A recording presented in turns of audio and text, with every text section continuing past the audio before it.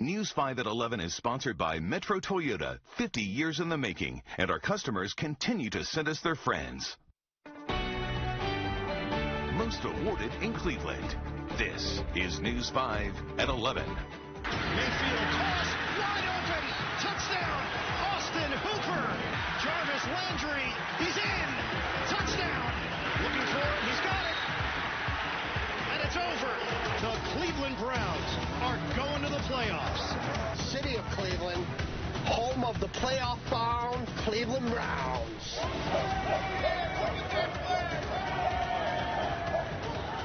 A celebration 18 years in the making. Yes, that was News 5 meteorologist Brian Shaw you saw there running down the street with a Browns flag. That's how Browns fans are feeling tonight after the team finally made the playoffs. Even Terminal Tower is shining orange in honor of our Brownies. We just learned their first round playoff game, a rematch against the Steelers, will take place at 8:15 next Sunday night. Hello, everybody, and thanks for joining us. I'm Tracy Carlis. First tonight, sports anchor John Doss gives us a look at how we got here.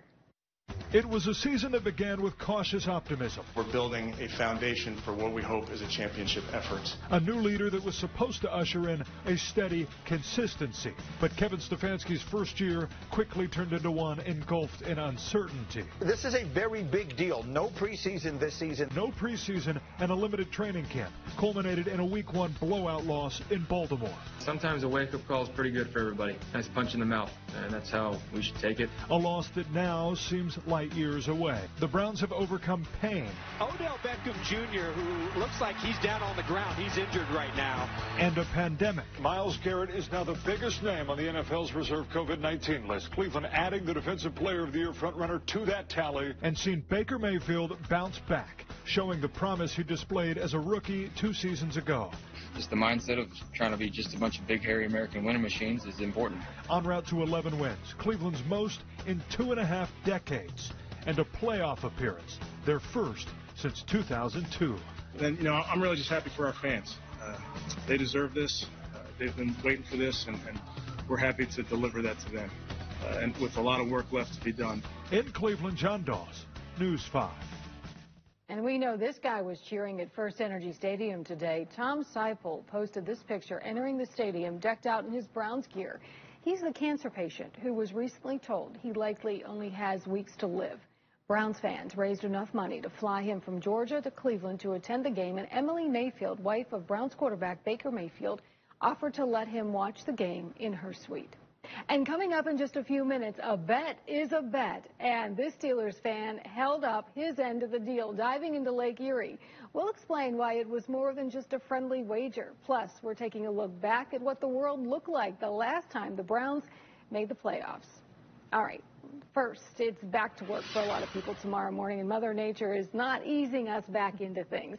Meteorologist Ramisha Shade is here now, tracking some messy weather potentially overnight. Yes, Tracy, potentially, but right now precip looks to be very light. So mainly wet roads out there instead of icy roads. So some good news, but notice over the last hour or so that light rain switching to some light snow, so that green switching to a little bit of white. So we do have some flakes flying out there for parts of Cleveland up towards Euclid. Light snowfall, I think some raindrops will mix in at times, so we'll go with the light mix overnight.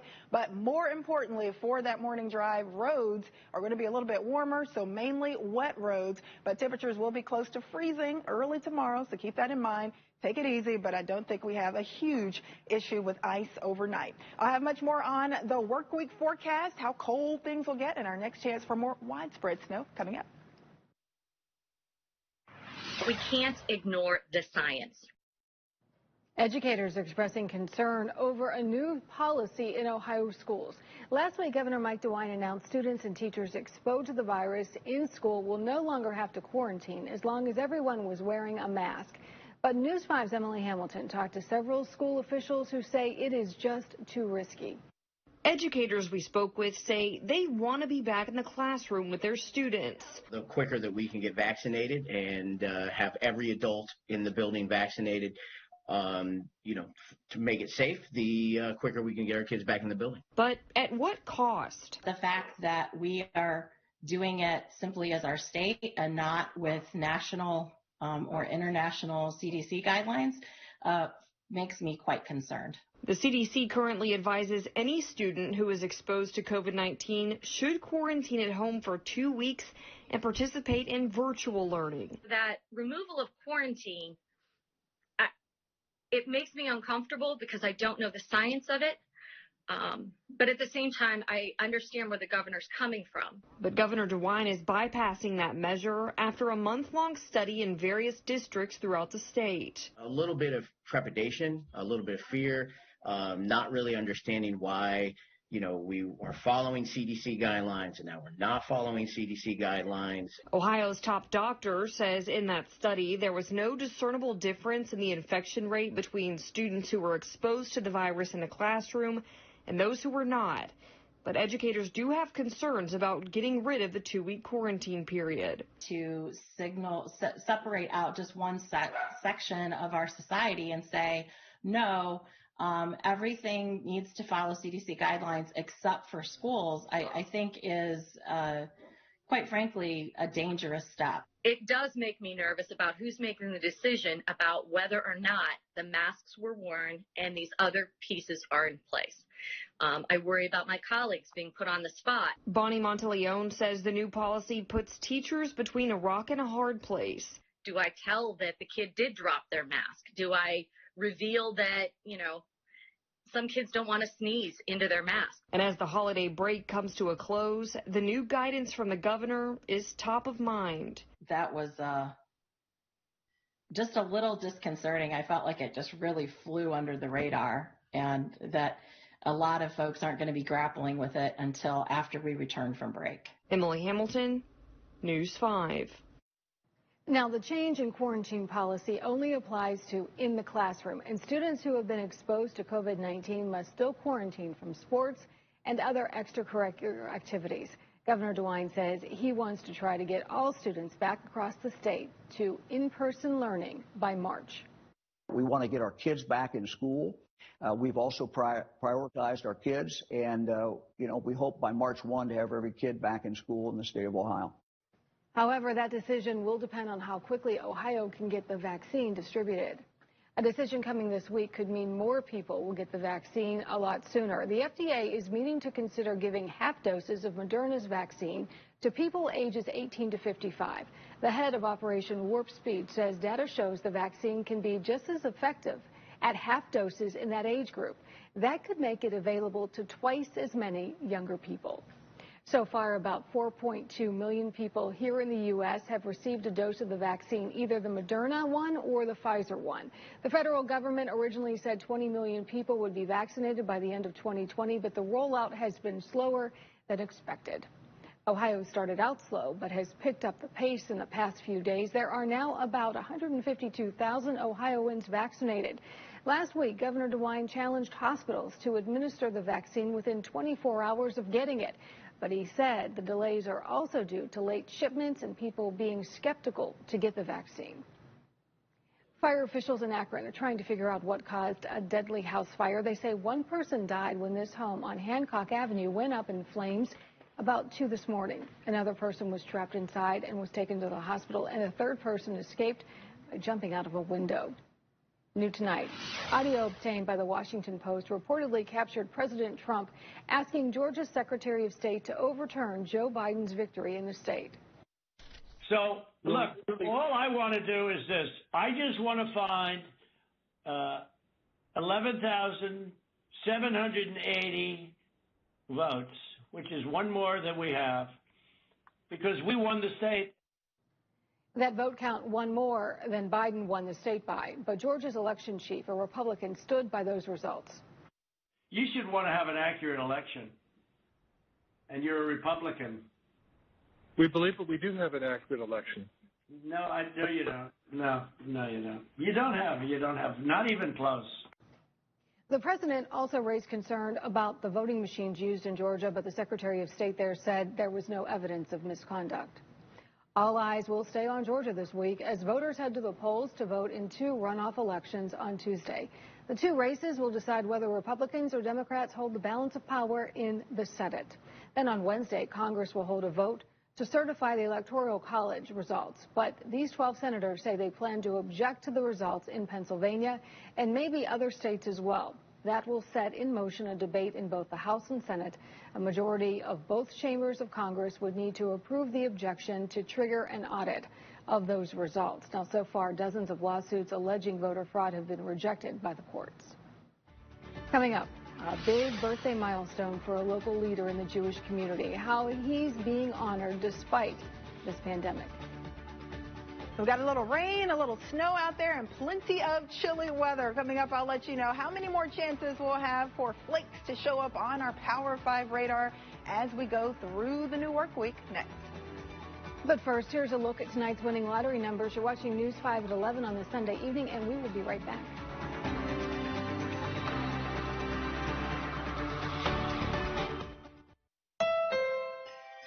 Visit Happy Honda Days to get a great offer on the CR-V. While others may be decking the halls, you could be dashing through the snow with the best value of the season. I'm Jason Waller, founder of Power Home Solar, America's fastest growing solar energy company. And today it's time to lower those energy costs. Let's say your energy bill's $200 a month. Power Home Solar can lower and reduce those bills to almost $0 a month, saving you thousands of dollars a year. Right now you can use our finance option for zero money down, plus take advantage of our stimulus package worth $2,000 cash back. Power Home Solar, let the sun shine in. Imagine life in that, or that. Having zero stress. Wasting zero energy worrying. 0 days wanting less seats, more seats, and zero regrets. Imagine that.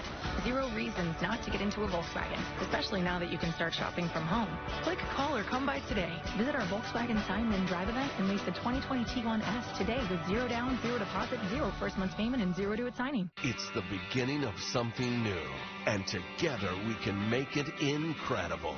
Levin's New Year's sale continues. Get amazing savings on living rooms, bedrooms, and dining rooms. And right now, take an extra 20% off our low price, which makes this Juniper sofa now only $575. Plus, pay no interest for 21 months and get free front door shipping. The New Year's sale continues at Levin's.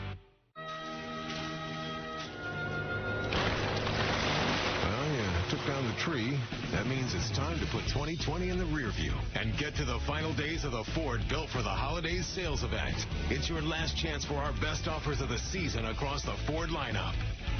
So hurry in today. The Ford Built for the Holidays sales event ends soon. Now, during the final days, it's your last chance to get 0% financing on our best lineup of Ford SUVs.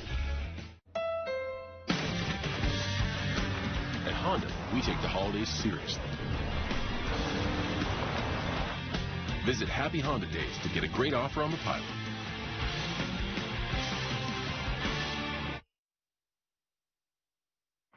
And I'm so freaking happy the Browns are going to the playoffs! The Browns weren't the only winners today. So was this Browns fan who made a bet with his buddy, a Steelers fan, over the game. And the loser had to jump in Lake Erie. The Steelers fan, William Hope, held up his end of the bet, jumping into the frigid waters after the game. But as a goodwill gesture, the Browns fan, Danny Reichel, took a dive as well. This was more than just a friendly wager, however. It also served as a fundraiser for the Greater Cleveland Food Bank. Everybody was hit. Every race, every religion, everybody was hit in this pandemic. Some came out into a pot of gold, and some are suffering now. And that's the main reason why I did this, to help the people of Cleveland. The pair had a goal of raising $1,000 for the food bank, and they ended up by almost doubling that number, raising almost $2,000. They also collected a whole truck filled with food donations as well. Well, the last time the Browns were in the playoffs, the world looked much different. When they clinched a spot on December 29, 2002, Eminem's Lose Yourself was the #1 song on the charts. Lord of the Rings, Two Towers was the #1 movie at the box office. And Akron's own LeBron James was just a 17-year-old senior at St. Vincent St. Mary High School. Another fun fact, Ohio State was also in the national championship that year and beat the Miami Hurricanes. Well, today marks a big milestone for a local leader in the Jewish community. Simon Fixler turns 100 years old today. He helped found the Kol Israel Foundation, an organization of Jewish Holocaust survivors and their families. Fixler survived the Holocaust himself before coming to Cleveland in 1947. His family says this big birthday milestone is a chance to look at all he has accomplished in his life. He made it a big mission in his life to get people to remember the Holocaust and not let people forget. And as so many Holocaust survivors, you know, there's not that many left out there. So I think he would want people to know what he went through and remember it, because no one wants it to happen again. In honor of his birthday, he received a flag that has flown over the U.S. Capitol building, courtesy of Congressman Dave Joyce.